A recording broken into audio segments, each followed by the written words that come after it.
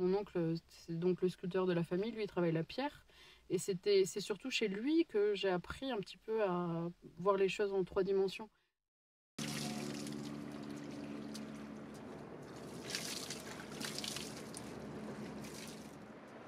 Plus jeune, il m'avait rattrapé d'une fugue en me proposant un cours de sculpture. Et donc j'avais pris 2 heures de sculpture avec lui. Et je pense que j'avais quand même attrapé cette idée-là de voir une forme dans une forme plus informe.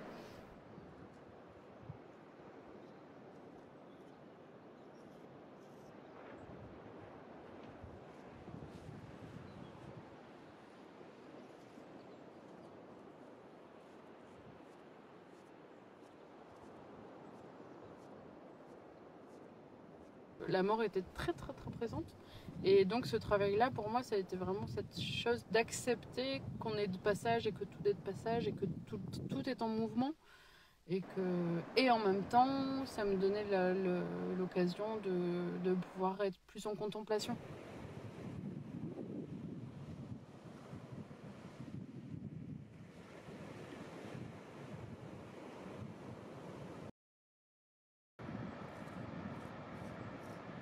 Plus ça me permettait de me connecter avec sa passion, en fait, et pas sa maladie.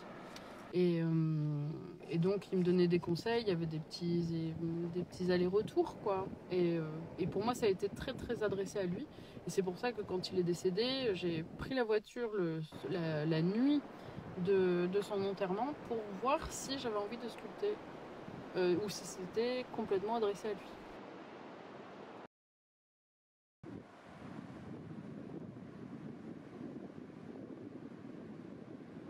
Mais pour moi, c'est vraiment à ce moment-là, il y a une sorte de peut-être de déclic ou de continuer dans l'éphémère. Parce que ça m'a beaucoup aidé au final d'être face à l'océan dans un moment de perte, en me disant en fait, bon, bah là c'est tellement immense ce qui nous entoure que bien sûr ça ne le fera pas revenir, mais en tout cas il y avait quelque chose de l'ordre du lâcher prise, quoi, laisser partir les œuvres, laisser partir les âmes aussi.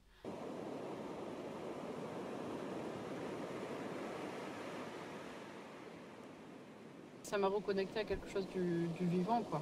Et des petits insectes, de tout ça, de juste observer.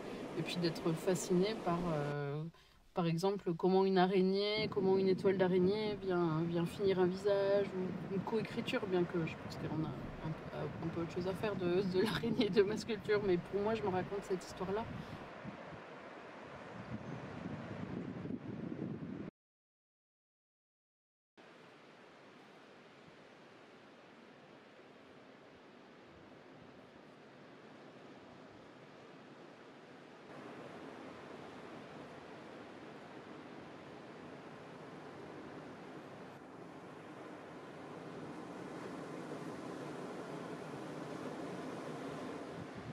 Que ça soit adressé aux vivants ou aux morts, comme je disais sur la plage, il y a ce truc-là d'être libéré de la forme. Pouvoir m'autoriser à faire quelque chose que personne n'avait fait à ce lieu-là. Et en tout cas aussi de outrepasser cette culpabilité en disant mais pour qui tu te prends de faire une sculpture toi sur une argile qui est déjà magnifique comme ça.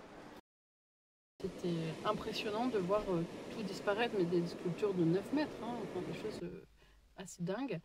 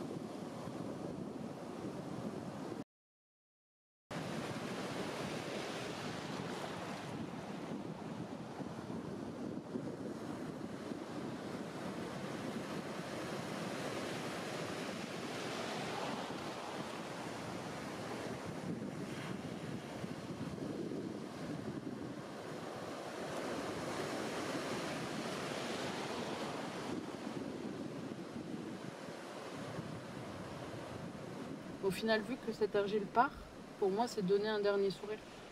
Parce qu'il n'y a pas un seul problème que l'océan n'a pas nettoyé.